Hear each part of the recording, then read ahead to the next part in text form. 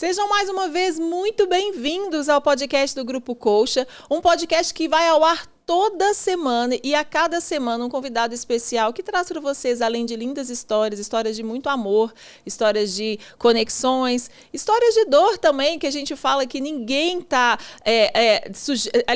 ninguém está isento de viver uma dor.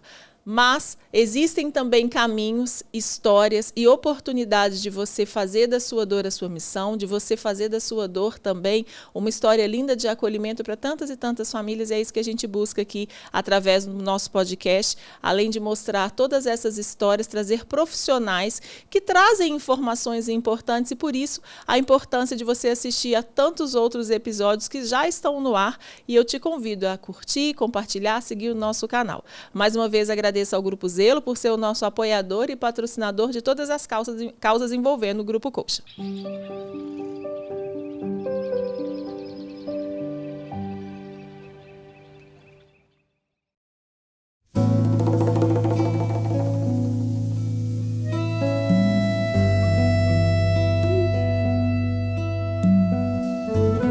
Quando se trata de fazer algo pelos outros e de coração, o brasileiro é imbatível.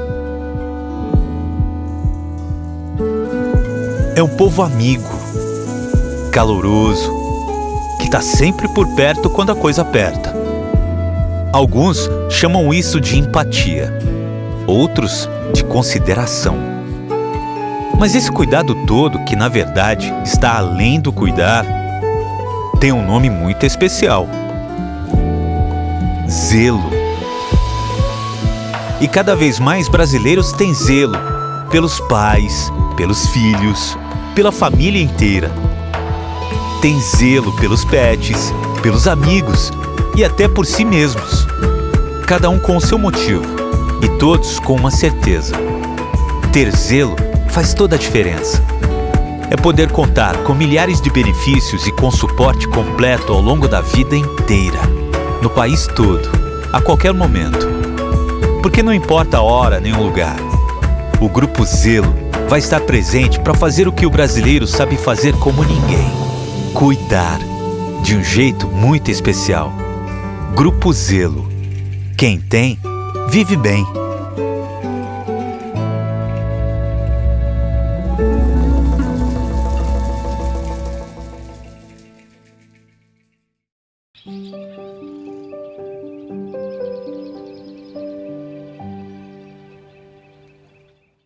Ei, pessoal, sejam mais uma vez muito bem-vindos ao podcast do Grupo Colcha, esse podcast que a gente tem feito para vocês aí ao longo de mais de um ano que a gente já está com esse podcast no ar, quase um ano, na verdade, ali, com muita informação, com muito empenho, com muita missão. Eu acho que eu sempre falo aqui no podcast com vocês, quando eu, a Dani, a Mônica, a Bel, nós tivemos a iniciativa de criar um grupo de apoio, foi justamente e principalmente para a gente dar voz a tantas famílias, né? Dar voz a tantas histórias, acolher tantas histórias e trazer informações.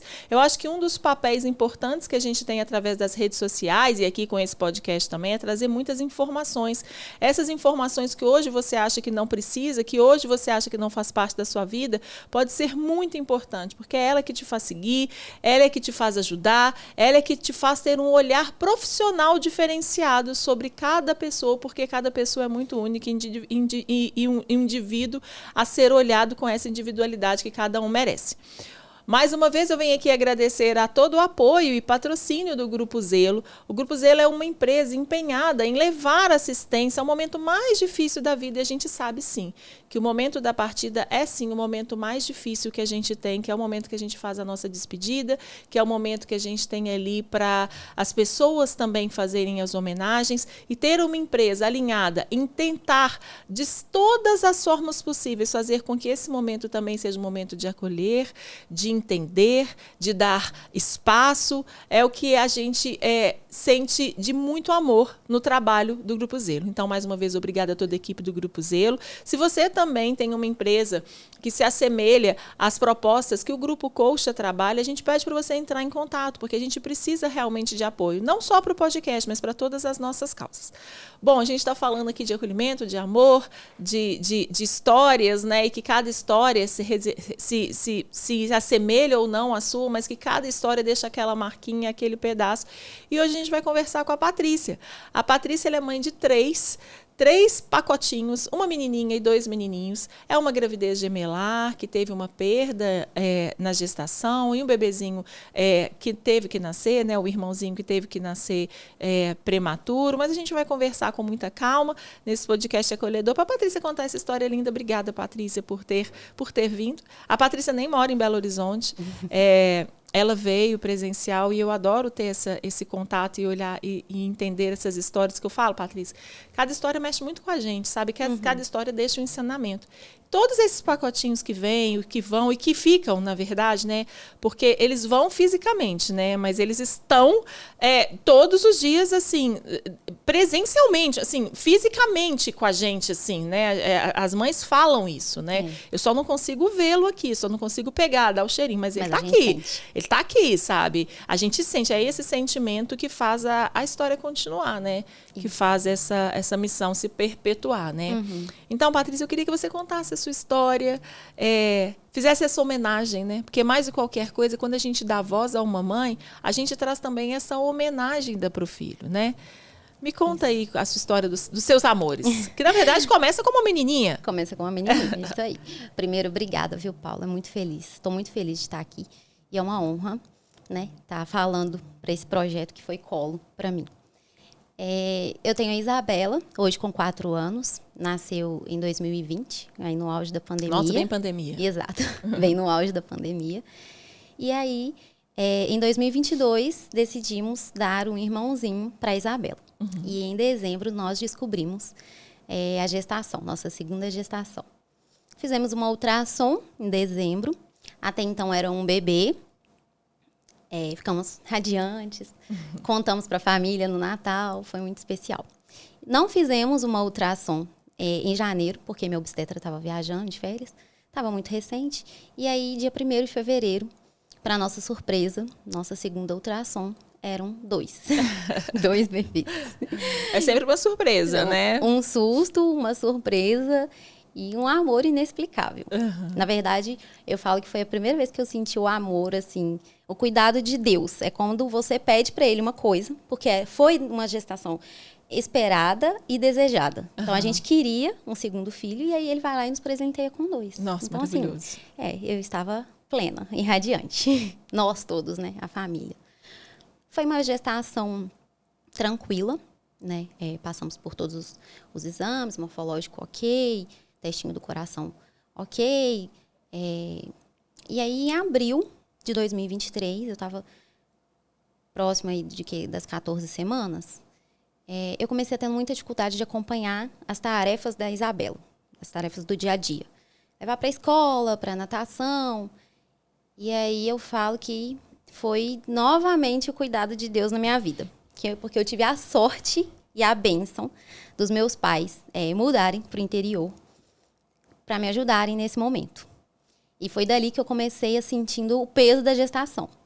Mas eu acreditava que eram 2 bebês. Da gestação de 2 bebês, eram, né? 2. Então, achava que era normal. A única coisa que eu sentia era esse cansaço e essa necessidade de deitar. Então, começou a ficar difícil acompanhar a Isabela nas atividades dela. E aí, meus pais, né, foram para me ajudar. E eu digo que foi ótimo, porque como a Isabela foi uma criança de pandemia, a gente era muito ligada e a gente era muito independente uma com a outra. E como tudo que estava por vir, eu acho que... Eu não sei como seria se a minha mãe não tivesse ido e já tivesse feito talvez esse desmame, né? Tivesse assumido a rotina, os cuidados da Isabela. E aí, ela estava com 2 anos e pouquinho. 2 anos e 5 meses. Muito novinha. Isso, muito novinha, exatamente. Então, tudo indo bem. Explica só um pouquinho. Eram duas bolsas? Como que era a gestação gemelar? Porque cada gestação gemelar, ela é muito típica, né? Sim. Existem algumas que são mais... até um pouco mais de gravidade e tal. Então, como que era a gestação dos seus? Como que foi? Toda gestação gemelar é uma gestação de risco, né? Mas eu não sabia que a minha era de alto risco. Era a gestação monocoriônica monominiótica. Mono, né? Que significa? Você sabe bem o significado para as pessoas? Os dois bebês estavam na mesma bolsa e mesma placenta. Eles viam ali todo o mesmo espaço. E graças a Deus que eu não pesquisei sobre a complexibilidade dessa gestação. Porque assim, aí eu consegui realmente aproveitar. O único fator dessa gestação é que até a nossa obstetra colocou desde o início, olha, Patrícia, o protocolo para esse tipo de gestação é que o parto não passe de 34 semanas. Porque aí a gente tem um risco de entrelaço de cordão. Então esse eu acho que foi o único baque que eu tive, assim, que aí, quando ela falou isso, eu falei, ai, meus filhos vão ser prematuros. Com 34 semanas. Com 34 semanas. Era essa a sua preocupação nessa fala? Sim. Porque, de fato, era isso. E realmente é isso, né? Assim, o que ela poderia, naquele momento, te falar era sobre isso. Era sobre isso, exato. E na minha cabeça, era assim, a gente tinha o risco do entrelaço, mas a gente faria, para evitar isso, a gente faria o parto com 34 semanas. Então, já que era isso que eu tinha que fazer, faríamos o parto com 34 semanas e pronto, eu não tinha mais risco. Era isso que passava na minha cabeça. E foi seguindo numa gestação de morfológico de exames normais? Normais, tá, normais, exatamente. Numa ultrassom de rotina, com 28 semanas. Aí, conversei com a obstetra, a gente teve um papo agradável, assim, ela falou que eu estava super bem. Começamos o ultrassom. E já era de praxe dela, ela passava o aparelho na minha barriga, visualizava geralmente os dois bebês e escolhia um para começar. E aí ela fez isso. Ela passou o aparelhinho na minha barriga. E eu acho que, assim, mãe sente, né? Sente. Eu percebi um engolir seco, não sei. Ou talvez, assim, um engolir mais lento. Quando ela passou o aparelhinho na minha barriga. Mas ela passou de um lado, passou do outro. E aí falou assim, vamos começar por esse aqui. E aí foi falando, aqui tá a cabecinha, aqui tá a barriguinha, aqui tá a perninha, bracinho. Aqui tá o coraçãozinho, vamos ouvir o coraçãozinho. Aí colocou pra gente ouvir o coraçãozinho. E esse aí, era o? Esse era o Benício. E aí, quando ela foi pro Bernardo, aí ela passou e direcionou pro meu marido. Meu marido é médico. E aí ela, então, João. E começou falando com ele termos técnicos. Mas naquele momento, é aquilo que eu falo, mãe sente. Eu acho que eu já cortei ela e falei, cadê os batimentos? O coração não tá batendo? E aí ela respondeu, não. Aí, naquele momento, meu marido se retirou, foi para uma salinha ao lado, que era onde tinha uma cadeira para ele sentar. Acho que ele não se sentiu bem. E ela me deu as mãos e aí eu comecei a chorar, porque era algo que nenhuma mãe espera, né? Sim. Eu comecei a chorar. Ela não falou nada, mas eu também não esperava que ela falasse nada, porque eu acho que naquele momento eu precisava exatamente do que ela fez. Ela me deu a mão e me acolheu ali daquela forma, mostrando assim, eu tô aqui. Eu acho que nada que ela falasse também fosse me confortar. Então, a gente ficou ali naquele momento de silêncio, eu chorando, meu marido também, ela de mãos dadas comigo, respeitando aquele momento. E aí, eu acho que quando meu marido se recuperou, ele retomou para a sala e falou, e agora, o que nós vamos fazer? E aí, por ser, né, a gestação mono, a gente precisava fazer o parto. E ela falou, a gente vai precisar fazer o parto, e eu com 28 semanas. Então, o Benício precisaria de ir para a UTI. E aí meu marido, assim, expressou a vontade de que a gente viesse para a capital. Falou, o que você acha? Ela super apoiou a nossa decisão, inclusive nos encaminhou para uma colega especialista em medicina fetal. Então, esse ultrassom aconteceu numa quinta-feira à noite. Aí, na sexta-feira, eu já estava com o caso encaminhado e consulta marcada com essa médica. Voltei para casa com o nariz vermelho, olho vermelho. E quando eu cheguei em casa, né, meus pais lá esperando notícia, a Isabela já estava dormindo. O João foi para a cozinha, eu fui para o banheiro lavar o rosto para tentar me recompor, para dar notícia para minha mãe. E aí minha mãe chegou perto e já viu aquela carinha de choro. Mãe sente, né? Mãe sente. É aquela coisa também, né? Exatamente. Mãe sente, né? Ela sente. E ela me abraçou e perguntou, o que aconteceu? E eu falei assim, a gente vai precisar ir para Belo Horizonte. E ela falou, você perdeu? Aí eu falei, sim, um deles, né? E aí a gente agora vai lutar pelo outro. Então a gente precisa ir. E eu preciso da sua ajuda. E aí, ela arrumou a minha mala, arrumou a mala do Benício, da Isabela. Naquela madrugada, eu não dormi. Eu peguei um terço que um padre me deu no meu aniversário de 15 anos. E aí eu rezei aquela madrugada inteira. E na sexta-feira de manhã, né, minha mãe pediu para que eu não contasse para o meu pai, para que a gente não contasse, porque ele tem uma saúde mais debilitada. Então ela falou assim, não vamos contar a princípio para o seu pai. E na sexta-feira, quando a gente estava indo para Belo Horizonte, eu falei com minha mãe, mãe, olha, eu quero que a Isabela vá com a gente, porque eu preciso desse tempo com ela. Sim, eu sei que eu vou entrar para UTI, eu não sei em quanto tempo que a gente vai sair, então eu quero ter esse momento com ela. Sim. Embora foi, assim, a parte mais difícil, porque por dentro eu estava destruída, eu só queria chorar, mas é a força da mãe. Sim, sim. Né? É impressionante. E aí eu consegui ir cantando, ir conversando, e realmente curtindo ela durante essa viagem. E assim, uma viagem que normalmente dura 2h30, para mim parece que durou 10 horas. Por um lado foi ruim, foi um momento de aflição, mas foi também um momento que eu curti realmente a Isabela. E aí eu liguei pra minha mãe, ó, na próxima parada você para que eu vou te passar a Isabela e nós vamos dar seguimento. E assim foi feito, nós chegamos no hospital já, né, fomos para consulta com a médica e ela confirmou, porque a gente ainda sempre tem esperança. Sempre. E eu tinha esperança de que ela fosse falar que os dois estavam ali. Mas ela confirmou que a gente, né, tinha já um bebê sem vida. E falou assim, olha... E aí começou conversando com meu marido, né, por ele ser médico, o que poderia ter acontecido. Assim, a suspeita inicial era de que tivesse havido uma transfusão feto-fetal, que é algo comum de acontecer na gestação. É como um bebê rouba o desenvolvimento do outro. Então, a ideia inicial era que tivesse acontecido isso. E ela falou assim, olha, a gente vai encaminhar o seu caso para o coordenador de alto risco do hospital. Eu vou entrar em contato com ele e volto a falar com vocês. E aí a gente, né, não tinha almoçado, a gente atravessou a rua, fomos numa lanchonete, pedimos um suco e ficamos aguardando o retorno da médica. E aí não passou nem 10 minutos, ela me ligou e falou, olha, a gente vai te internar. Então, você pode voltar quando você finalizar aí e a gente vai te internar. E aí, assim, foi feito.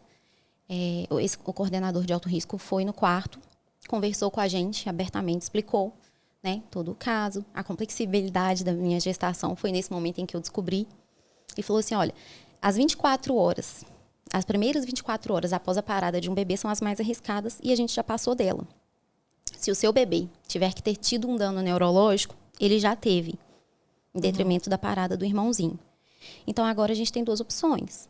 Ou faz o parto, ou a gente monitora, porque os padrões dele estão legais, e a gente monitora e vai tentando segurar ele até o dia que ele conseguir, porque mais um dia na sua barriga é muita coisa para ele. Né? Afinal de contas, a gente estava falando de uma prematuridade. Extrema, né? Extrema, exato.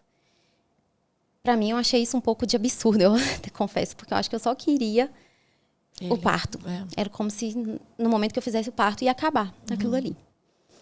E também eu tinha um medo muito grande de que eu perdesse o outro, porque eu não conseguia imaginar 2 bebês ali dentro do mesmo espaço, um com vida e um sem vida. Então, para mim, a qualquer momento, eu perderia o outro também. Então, eu só queria que fizesse o parto, mas decidimos em conjunto de que, então, a gente faria. E aí, eu internei na sexta-feira, fomos, né, todos os dias monitorando o Benício. Eu não dormia à noite, porque à noite ele não era monitorizado. E eu ficava esperando ele mexer para ter certeza que ele estava ali. E quando ele não mexia, eu levantava, eu virava, eu fazia alguma coisa para ele mexer. Então, eu digo que foi 4 dias que eu e ele não dormimos, porque tadinho, eu não deixava ele.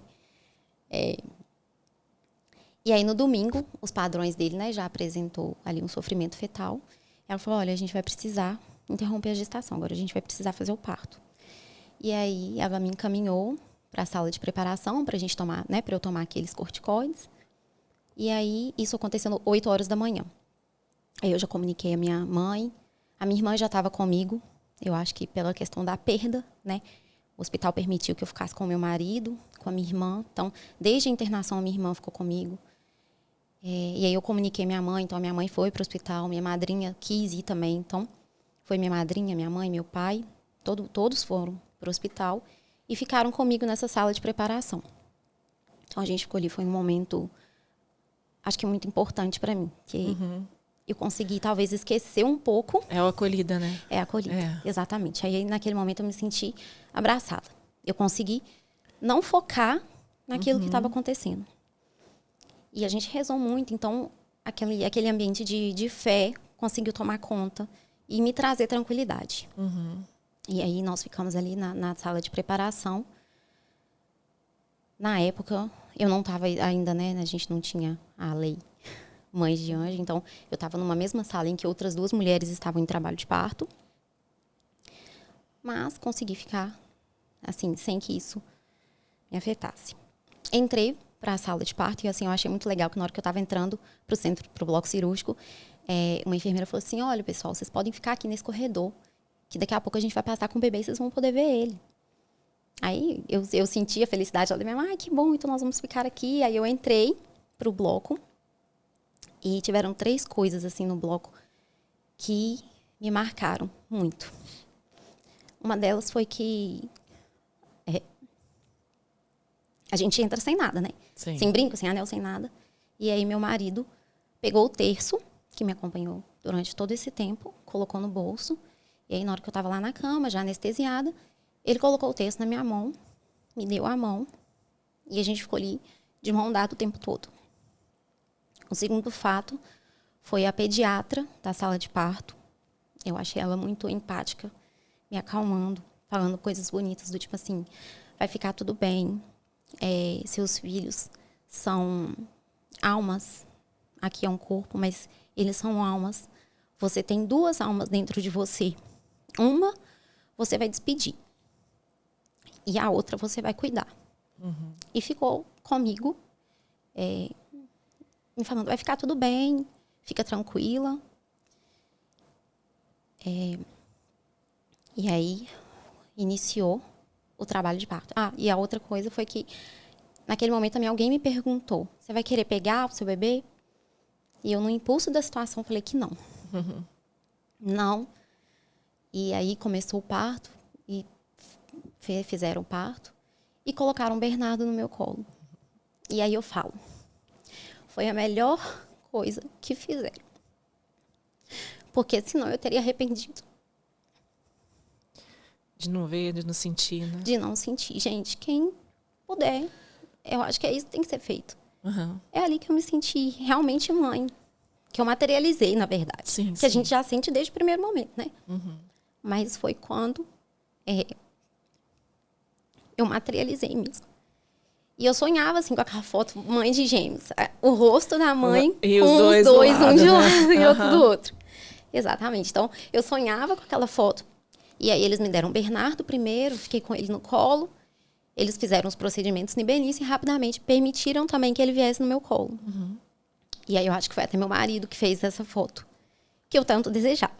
Eu tenho ela. Ela não foi da forma que eu gostaria, mas eu tenho. E que bom que eu tenho. Né? Então, eu vi o Benício rapidamente. E aí, ele já foi para a UTI. E aí, eu fui para a sala de recuperação, né? E nesse momento também eu pude receber de volta meus pais, minha madrinha, minha Eles irmã. chegaram a ver? Realmente o Benício passou no corredor? Eles viram? Sim, eu tenho esse vídeo, foi emocionante. Inclusive, a enfermeira também falou assim, no momento que ela estava me levando para a sala de recuperação, ela falou assim, você tem uma família maravilhosa. Enquanto você estava aqui parindo, né, em trabalho, né, no seu momento do parto, a sua família estava lá fora, ajoelhada, rezando. E aí, foi aquele momento de amor. Foi o momento da dor, mas igual vocês falaram, né, que a gente tanto fala, é onde também tem o amor. Foi o momento que minha mãe pegou, meu pai, minha irmã, todo mundo. A gente, né, foi o momento que eu percebi, gente, como são iguais. São idênticos mesmo, né? São uma gestação gemelar, gêmeos idênticos e realmente são idênticos. E aí que a gente começou a reparar os detalhes e ter aquele momento mesmo de amor, de despedida, né? E aí ele foi para UTI? O Benício foi para UTI. E você ficou quanto tempo com o Bernardo? O tempo que eles me permitiram. Horas, assim. Eu sei que eu fiquei muito tempo. Não sei de falar exato, mas não me pressionaram em nenhum momento devolvê-lo. E nós ficamos com ele muito tempo. O que é muito importante, né? Muito. Essa fala que a gente tem em relação à negação que você tem é uma fala comum. Sim. É uma fala de todas as mães. Essa negação, assim, não quero ver, não quero pegar, não quero que acelere. Mas é aí que vem a informação da gente entender que a gente precisa respeitar, mas que a gente também sabe que ali existem outras coisas que estão por trás daquela fala, sabe? Que existem outras circunstâncias que estão por trás daquela mensagem que a mãe está passando naquele momento. Uma coisa é você viver uma situação e ter a certeza, tipo assim, eu não gosto de arroz, sabe? Mas eu não quero viver isso. Eu não gosto de ir em tal lugar. Mas quando você está passando pelo momento de maior dor, de uma situação que você não viveu, de algo que você não sabe, ter uma pessoa que fale a importância dos processos é o que faz a diferença. É por isso que a gente fala muito aqui no Grupo Coach, assim, no podcast principalmente, da gente entender e todas as pessoas entenderem a importância dos processos. Então, assim, essa negação, assim, eu falei porque realmente é uma fala de todas. Ninguém quer ver, ninguém quer pegar, porque as pessoas não querem enxergar que aquilo realmente está acontecendo, né? É aquela coisa, né? Uma hora eu vou acordar desse pesadelo, ele vai estar tudo bem, vou estar com os dois. Isso e é verdade, sobre isso, né? sabe? Assim, ter esse olhar assim dessa pessoa que deixou ele com você e o tempo que você realmente precisava faz a diferença. Muito. Né? Verdade. Faz a diferença. Faz. E aí, chegou a notícia do Benício para você? Como que ele estava? Ele nasceu bem? Como que foi esse processo em relação ao Benício? Porque ali você estava com uma certeza, que infelizmente era a partida do Bernardo, sim, mas um medo, porque era uma prematuridade de um bebê que já estava ali no sofrimento fetal, algo assim que precisou fazer o parto. Sim. Vieram as pessoas te informando? Nesse momento você conseguiu se reconectar com o Benício ou o foco realmente foi o Bernardo ali? O foco foi 100% o Bernardo. Naquele momento eu vivi 100% o Bernardo. E não, eu acredito que não só se chegou para o meu marido, mas acredito que não também. Nós não percebemos, né? E eu acredito também porque eles estavam fazendo os procedimentos, né? Logo que chega, naquele momento. Ele precisou ser entubado, então eles estavam fazendo ali a intubação, a estabilização do bebê mesmo. E aí a gente foi ter notícia no mesmo dia, mas à noite, enquanto eu já estava no quarto. E aí eu fiquei com o Bernardo, né? Todo aquele tempo. Eles me permitiram o tempo que eu quisesse.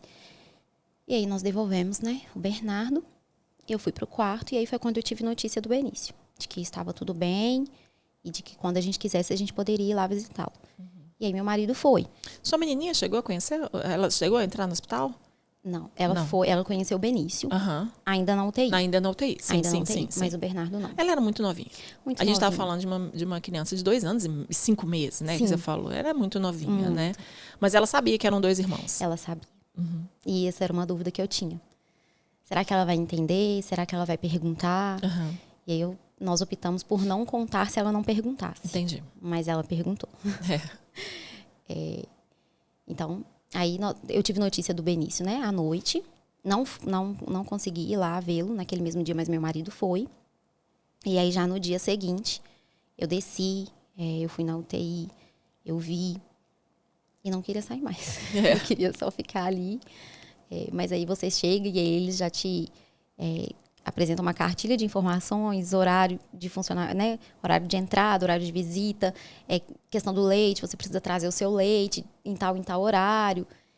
E aí eu voltei para o quarto e fiz exatamente, né? Era um desejo meu de amamentar, porque eu sabia assim que talvez eu tivesse uma facilidade, uma vantagem, porque meu corpo, eu tinha parado de amamentar a Isabela há pouco tempo, então ele tinha essa memória. E aí eu fiz o que eles falaram, né? Comecei a tirar no leite. E aí fiquei lá por mais um dia. E no dia seguinte tive a alta. E aí quando eu tive a alta, fui embora, né? Com a Isabela. Meus pais se mudaram para Lagoa Santa. Em 2023, nesse mesmo ano que tudo aconteceu. Então eu fui para Lagoa Santa. Benício ficou na UTI em Belo Horizonte. E eu estava com a Isabela. Eu recebi alta numa quinta-feira. Minto, numa quarta. E aí eu fui embora. E eu falei assim, meu Deus, como que eu vou dar conta agora? De dividir. Com a Isabela, Isabela. Estou na casa dos meus pais em Lagoa Santa e o Benício está na UTI em Belo Horizonte.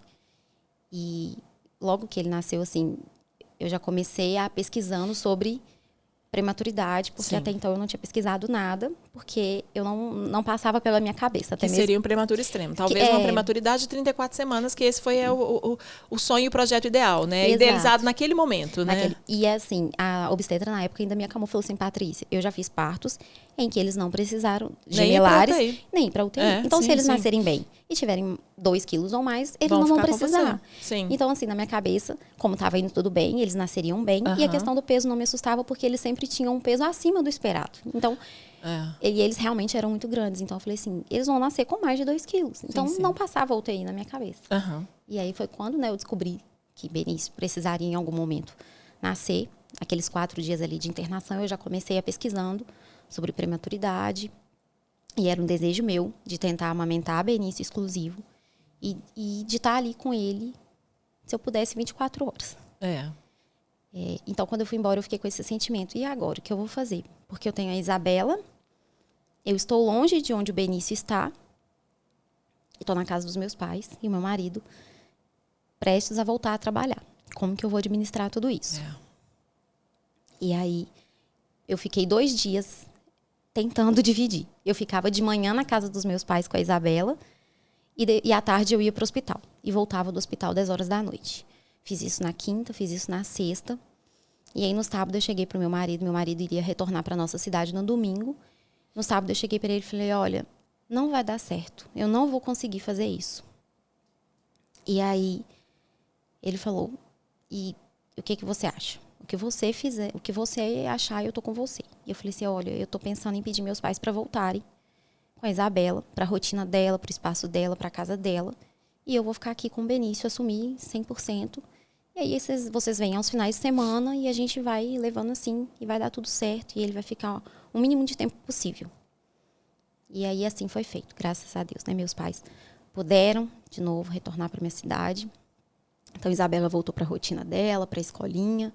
Meu marido voltou para trabalhar. E eu consegui me hospedar perto do hospital, na casa de uma tia, que foi muito importante para mim também, nesse momento. E aí eu ficava inteiramente, de 7 da manhã até as 10 da noite no hospital. E aí começou, né, do luto à luta. Porque aí eu não consegui mais viver o luto, porque aí eu vivi inteiramente a rotina de UTI. De UTI da recuperação da prematuridade, sobre a prematuridade do Benício. Exatamente. Quando você entra numa UTI, ali é outro mundo. E você entra no automático, assim, eu acho, muitas vezes, né? A gente já teve uma outra mãe também que teve gemelar também. E aí a Haná, se vocês não assistiram o programa da Haná também, assistam, que é um programa muito lindo também, muito importante de a gente ver. Aliás, assistam todos os programas, porque todos os programas trazem uma mensagem muito importante. E ela falou muito sobre isso também. Ela falou assim, a gente entra num automático tão grande, assim, ela também tinha um filho mais velho, era um automático tão grande, assim, do que eu tenho que fazer, das horas que eu tenho que estar, e que você, naquele momento, você já não tinha mais o Bernardo, mas que aquilo, de uma certa forma, aquela dor, você não se deu o direito de viver. Não. Você não se deu o direito de viver naquele momento, porque o seu corpo estava preenchido por outro aspecto automático, que era a recuperação do Benício. Exato. Né? Que era o Benício sair dali, que eram os exames que precisariam ser feitos no Benício. Né? Então, esse luto foi colocado ali naquela caixinha de não vou viver, né? Não vou viver, exatamente. Não vou viver. E agora eu preciso focar no Benício. E preciso que ele saia daqui. E realmente a gente entra no automático. Eu demorei um tempo para entrar nesse automático, para até entender como as coisas funcionavam, mas realmente a gente vive ali num automático, em que você tem as ações todos os dias e você não sabe se é o horário do almoço, se é dia, se é noite e o que está acontecendo lá fora. Eu não sabia se a Isabela estava bem, se ela tinha ido para a escola. Eu vivi inteiramente o Benício. Eu gostava de segurar a seringa para, na hora que o leitinho, né, que eles fossem passar a dieta, eu gostava de segurar a seringa. Eu acompanhava todas as trocas de fralda. E no final das contas, a gente já estava entendendo tudo. Assim, saturação começava a cair, qual que era o procedimento que tinha que fazer, né? Observação, depois aspirar o narizinho. Continuou, então vamos subir o oxigênio, vamos. E aí a gente vai entrando nesse automático, nesse conhecimento e nessa rotina intensa de vida de uma mãe de UTI. A prematuridade para Benício, eu acredito que não foi o problema. Graças a Deus a gente não teve nenhuma intercorrência, durante os 46 dias que ele ficou lá. Mas foi um período de muito aprendizado para mim. Porque eu digo que a UTI é onde você entende a fragilidade da vida e a grandiosidade de Deus. Você está num lugar que você não pode rir, mas que você consegue sentir uma felicidade e que você presencia também muitas coisas. Ao mesmo tempo que você vê bebês chegando com vida ali, muitos gemelares, que às vezes só estão ali pelo tempo de prematuridade, mas você vê mães com bebês de 450 gramas, 23 semanas, bebês pequenininhos, né? Bebês. Então, eu digo que não existe uma mãe que passou por uma UTI e saiu a mesma pessoa. Não existe. Sim. E aí ele teve a alta? Ah, não. Aí começou a fazer os exames, que você Exato. falou que em relação à prematuridade, não houve nada, porque foi um parto tranquilo. A sua recuperação foi boa? Do parto? Como eu não tive, né, também, o resguardo, no dia seguinte eu já estava ali em pé o tempo inteiro do lado da incubadora, que eu queria realmente... A gente sentada, a gente não consegue ver. E eu queria ver, eu queria poder tocar. Então, você fica ali em pé e você nem sente.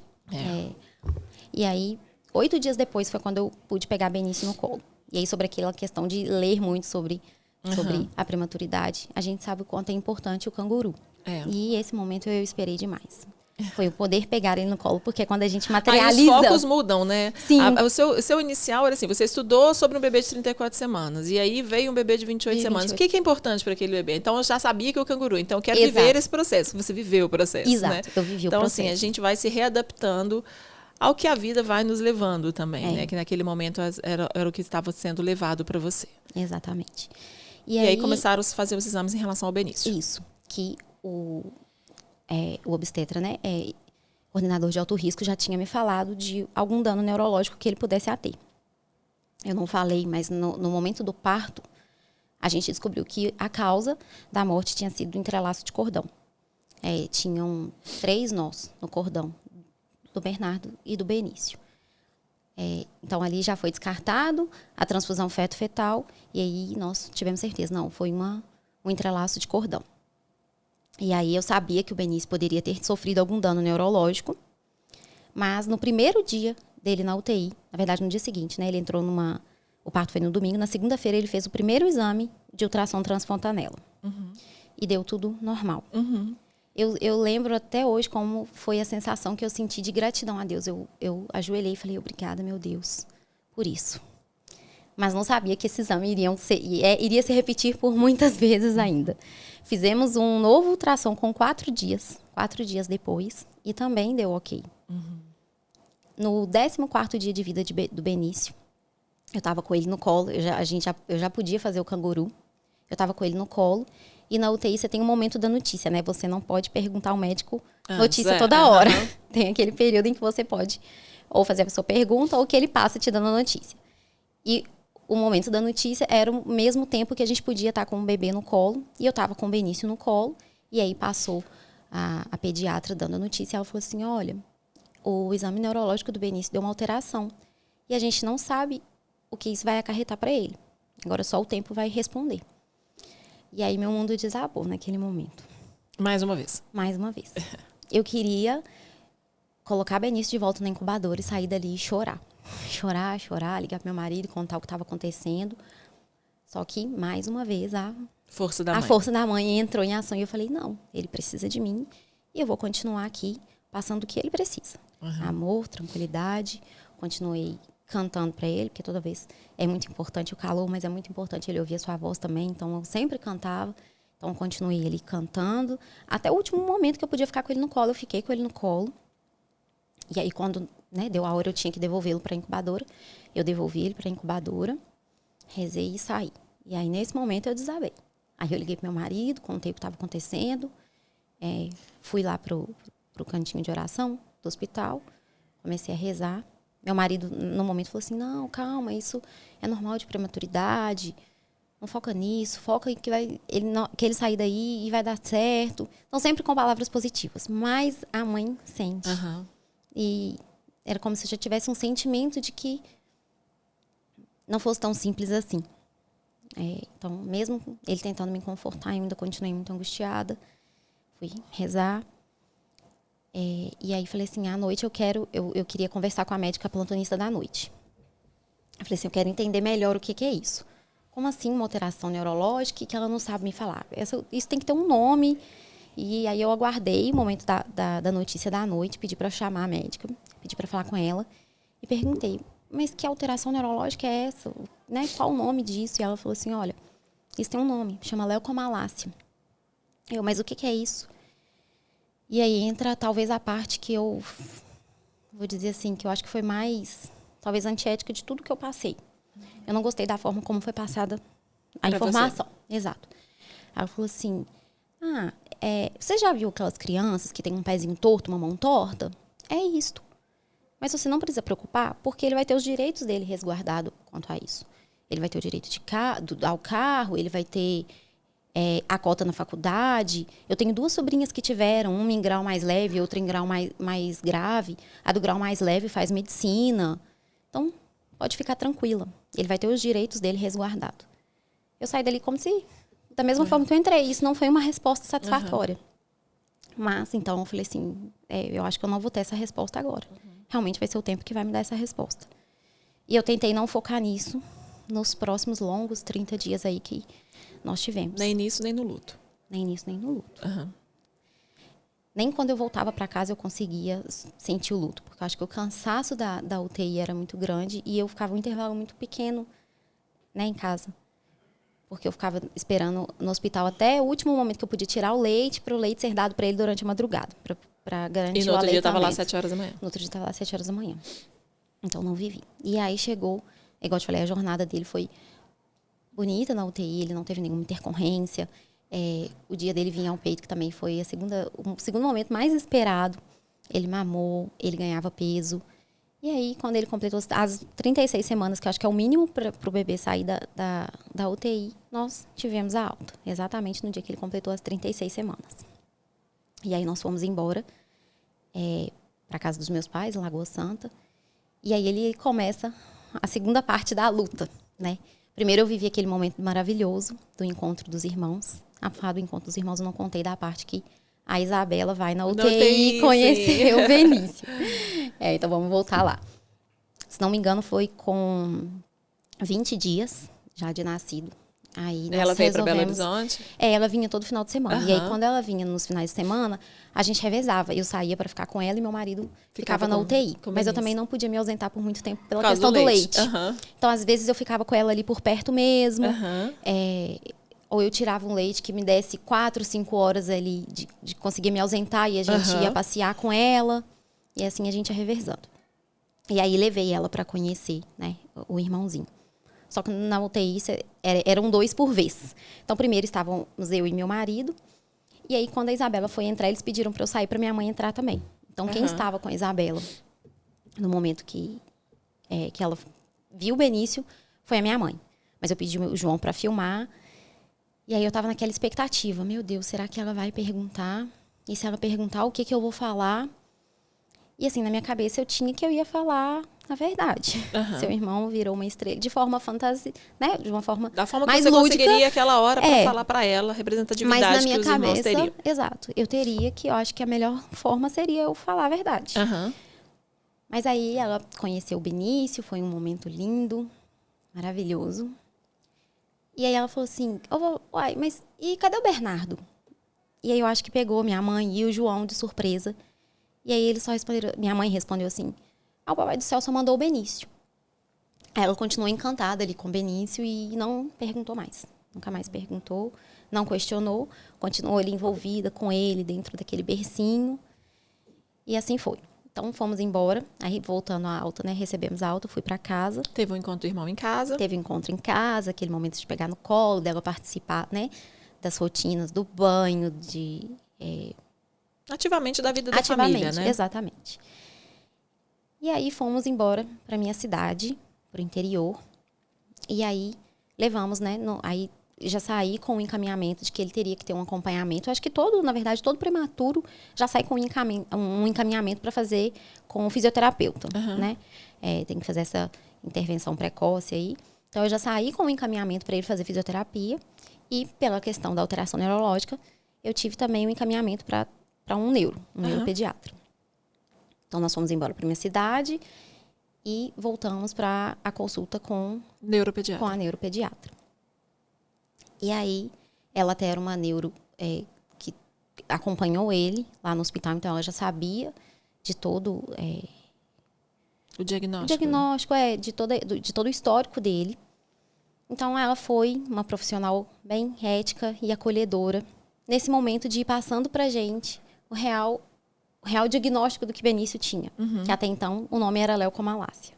E mais pra frente, nós vamos descobrir que isso é uma paralisia cerebral. Então, ela foi, né, aos poucos, explicando que ele tinha uma lesão, que a leucomalácia era uma lesão, e que essa lesão estava na parte motora, então que ele precisaria dessa intervenção precoce. O que é essa lesão? É como se fosse uma parte do cérebro que não funciona, né? A parte morta. Mas, hoje não, né? Sempre existiu a plasticidade cerebral, que é a vantagem que a gente tem hoje em dia quanto a isso. A parte do cérebro que não funciona, a gente tem a parte que funciona e que, se a criança tiver uma estimulação, essa parte do cérebro que funciona consegue fazer a parte do cérebro que não funciona. Então, o que eu tinha na minha cabeça? Estimulação. Eu preciso estimular Benício. Então, a princípio, ele precisa de fisioterapia 3 vezes na semana e em casa também, em todo o tempo que fazia. Então, fui para casa e fui vivendo essa rotina de estimular Benício. Bom, é a estimulação que eu preciso. Então, na minha cabeça, eu tinha o quê? Eu vou estimular e, se muito ele tiver, vai ser um pé torto ou uma mão torta. E aí, ali, talvez, começa o meu luto de volta. Aí, é nesse momento, quando eu volto para casa, é que eu vivo o luto, assim, a quebra da expectativa. Que é um momento que, às vezes, a gente estava no tapetinho brincando, eu via o Benício e a Isabela e faltava o Bernardo. Foi quando eu cheguei e estava tudo já pronto, esperando, que como eu sabia que eles nasceriam de 34 semanas, com 25 semanas já estava tudo pronto. E aí eu cheguei e vi o armário com as duas roupinhas tudo igual. E o Bernardo não estava lá. Então, foi aquela fase de administrar tudo aquilo que eu estava vivendo. Eu precisava estimular Benício, eu precisava ter força para Benício e organizar esse luto dentro de mim. E a todo momento também eu me preocupava com a Isabela, como que se passava tudo na cabecinha dela. Se ela pensava no Bernardo, se ela não conseguia expressar... Se aquela frase da avó foi suficiente para ela entender. Se ela ia me questionar de novo, e se ela me questionasse o que eu ia explicar. Então, aí, nós começamos esse processo, que foi ficando cada vez mais difícil. Benício chorava muito. Eu não conseguia estimular ele e dar atenção para Isabela. E aí eu me sentia culpada, porque eu sei que ele precisava daquilo. Não conseguia dar atenção do Benício, focar na Isabela e viver o seu luto do Bernardo. E viver o meu luto, exatamente. E aí foi quando eu falei com meu marido, olha, nós vamos precisar de ajuda. Eu vou precisar de alguém que me ajude com o Benício, porque a estimulação para ele é muito importante, eu não estou conseguindo e isso está deixando a desejar. E aí nós conseguimos a ajuda com o Benício. E aí eu levei Benício na pediatra aqui em Belo Horizonte, em outubro de 2023.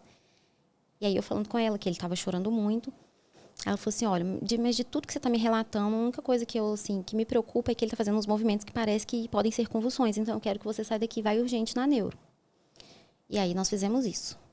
E aí nós fomos na neuro e aí realmente pode ser uma convulsão. Nós vamos fazer novos exames. E nós já vamos entrar com essa medicação.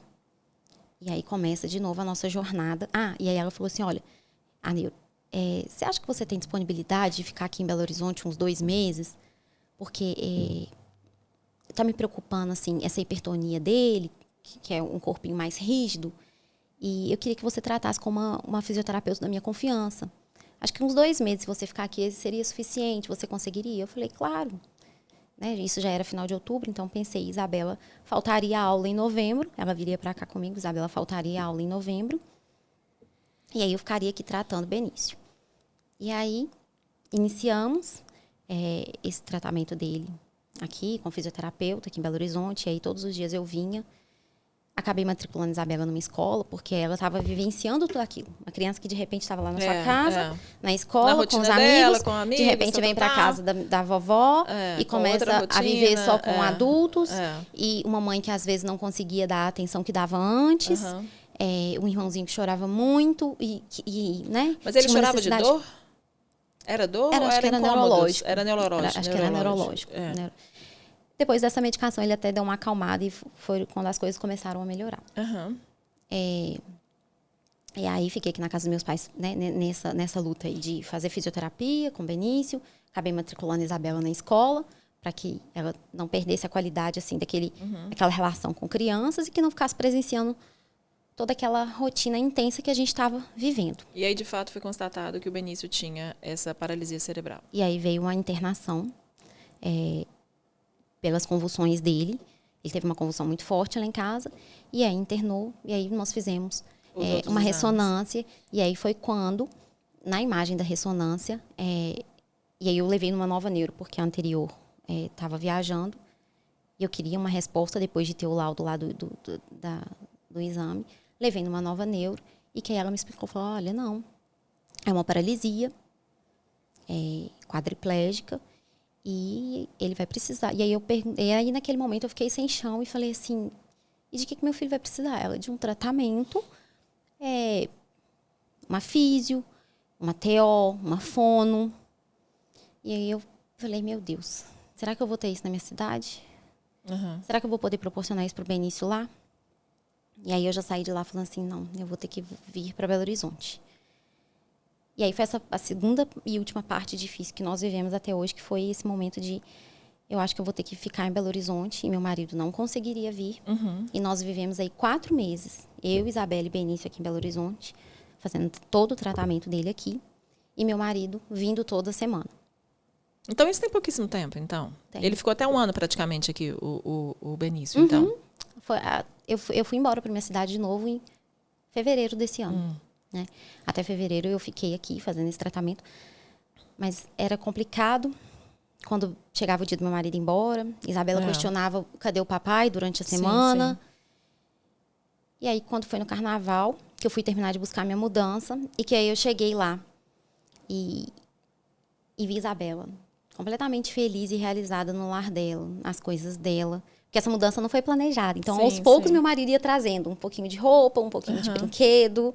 Então, ela não tinha ainda o espaço dela aqui. Sim. Eu estava na casa dos meus pais. E aí, quando eu vi a felicidade dela, eu desabei. Eu falei, eu não quero voltar. Eu não quero, só quero a nossa família junta.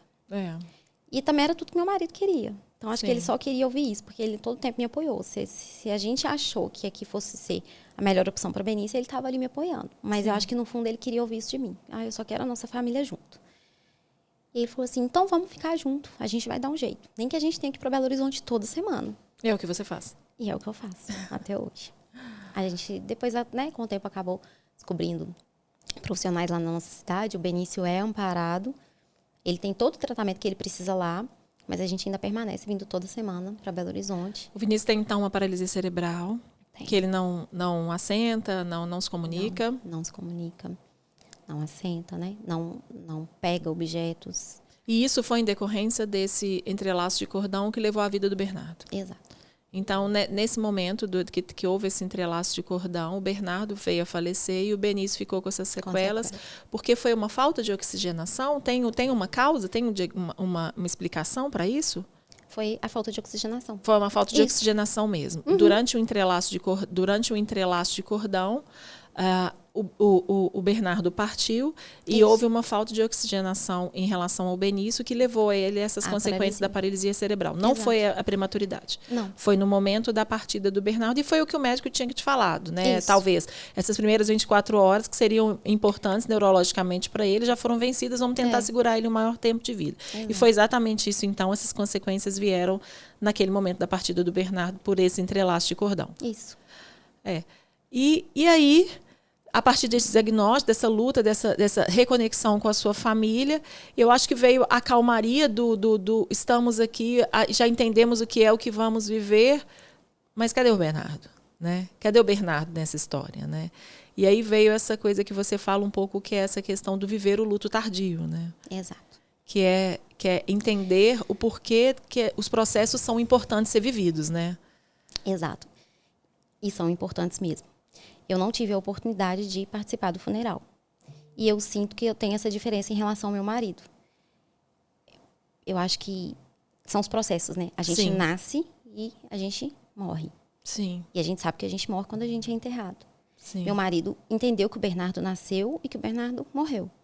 Eu entendi que o Bernardo nasceu, mas tem hora que eu tenho dificuldade de entender que ele morreu. E eu associo muito a isso, a talvez não ter participado do funeral, que é como se eu não tivesse entendido o fechamento daquele ciclo. Sim. Então, a gente vivencia esse luto tardio até hoje, nas pequenas coisas do dia a dia. Quando a gente vai viajar, igual eu te falei, que a gente olha para trás e não tem as 3 cadeirinhas, igual a gente sonhou. Não tem ali os 3 correndo e brincando. Mas a gente é muito grato. Sim. Porque Bernardo nos escolheu como família. É indescritível a sensação de carregar né? De ter 2 corações batendo dentro da gente. Entendi. Eu acho que é muito isso, sabe? É essa questão da escolha mesmo, essa questão de entender e essa questão do legado que fica. Exato. Né? O Benício ficou, né? Com todos os problemas que você segue, assim, em relação ao cuidado dele, mas ele está aqui, né? Ele é a extensão igual do irmão, que você falou que eles parecem, né? Demais. E aí que vem aquela questão, né? Que você falou muito claramente. Que bom que os processos foram bem vividos, sabe? Que bom que você foi bem acolhida. E que entendimento que você teve do que os processos que não foram vividos, um dia eles precisam ser vividos. A gente tem muito disso. Às vezes, nas rodas de acolhimento, a gente tem uma mãe que ela também teve gêmeos, mas pós uma perda. E ela falou que ela engravidou logo, e logo eram gêmeos e tal, e que ali ela não conseguiu viver aquele luto. E que agora as meninas dela com 5 anos, ela falou, peraí, preciso parar, me conectar com aquela pessoa, porque ela faz parte, sabe? Uhum. Então, são esses momentos que a gente entende dos processos serem bem vividos. Por mais que você tenha sido bem acolhida, por mais que você tenha entendido, por mais que você tenha... Seu marido médico entendeu que essas coisas podem acontecer, viver os processos são importantes. Então, assim, trazer o Bernardo para essa complexidade, assim, que você ainda vive em relação aos cuidados do Benício diariamente, também é importante, né? É importante a gente entender que esse luto pode existir, que esse luto pode ser tardio. E a gente está se permitindo viver esse luto agora, né? A gente fala, igual eu falo com meu marido, tem momentos que eu me culpo porque eu gostaria de demonstrar para o Bernardo que a gente honra a vinda dele. Eu gostaria de, por exemplo, em alguns momentos, em família, um desenho de família, que a Isabela pudesse desenhar um anjinho e falar assim, a nossa família está completa. Tem o Bernardo, o Benício e a Isabela. Sim.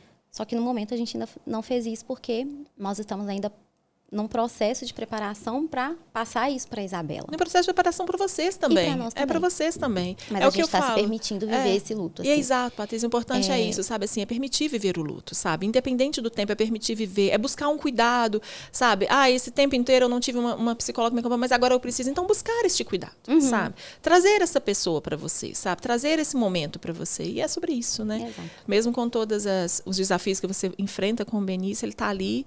E é aquela coisa, mãe luta, né? Mãe vai lutar, mãe não vai desistir. E mãe sente, mãe luta. Foi essas frases que a gente usou aqui ao longo do programa.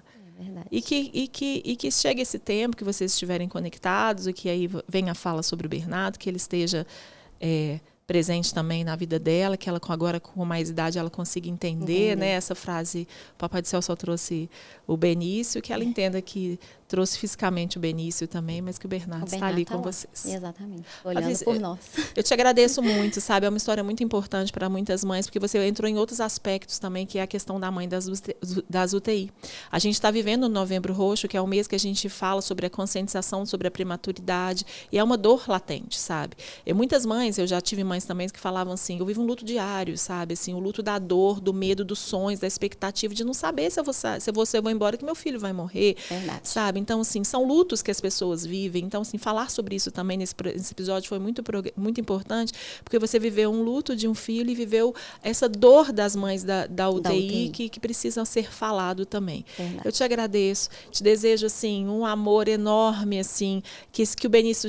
Eu quero saber quando ele foi sentar, os processos que ele vai viver. A gente sabe que é muito difícil também a gente criar um filho com todos os sonhos, das expectativas que a gente teve, que você teve por 2, e de repente esse sonho ser transformado. Mas ele só mudou a estrada. Sim. Né? Os sonhos estão ali. Agora, os sonhos que você tinha em relação a isso são os sonhos agora, por exemplo, o sonho do Benício sentar. Então, assim, a gente, manhã é isso. A gente você vai se adaptando às novas estratégias que a vida vai, as novas oportunidades, né? As novas conexões que a vida vai te trazendo, e sempre interligados na emoção e no amor. E se você entendeu essas mensagens, existe sim o luto tardio, aquele luto que você não consegue vivenciar, ou que por algum motivo você não quer viver. Não necessariamente porque você tem outra coisa para fazer, que você tem outro filho, mas que na verdade você tem uma negação tão absurda que você não quer viver. Mas que uma hora talvez ele possa bater na sua porta e que você entenda que está tudo bem. Que a gente porque permita, o luto, né, e que o luto não tem um tempo, né? Ele não é hoje, ele não é amanhã, ele vive com você, né? Exato. E tem horas que essa abertura dessa porta é muito importante. É verdade. Né? Te agradeço muito. Eu que agradeço, Paula. Sabe, é muito importante a gente trazer essa mensagem, essa palavra para tantas outras famílias e fazer essa homenagem tão bonita ao Bernardo e para o Benício também, né? Que eles sigam aí juntos e um apoiando, dá uma força aí, Bernardo, que o Benício precisa também do seu apoio aqui. Isso mesmo. Obrigada. Né? Obrigada. Muito feliz. Mais uma vez, vocês que assistiram esse programa, não deixe de assistir os outros programas. Se você tiver alguma dúvida, ao longo do podcast também passou as redes sociais do Grupo Zelo. Se você quiser mais informações do Grupo Zelo em relação aos planos do Grupo Zelo, entre em contato. E é sobre isso, é sobre a gente falar sobre várias histórias. Aqui a gente falou sobre uma história de conexão, de uma perda de um bebê gemelar, mas também de uma história de reconexão, de novos sonhos, de novas possibilidades, né? De novas portas que estão se abrindo. Então, agradeço mais uma vez. Na próxima semana a gente se vê.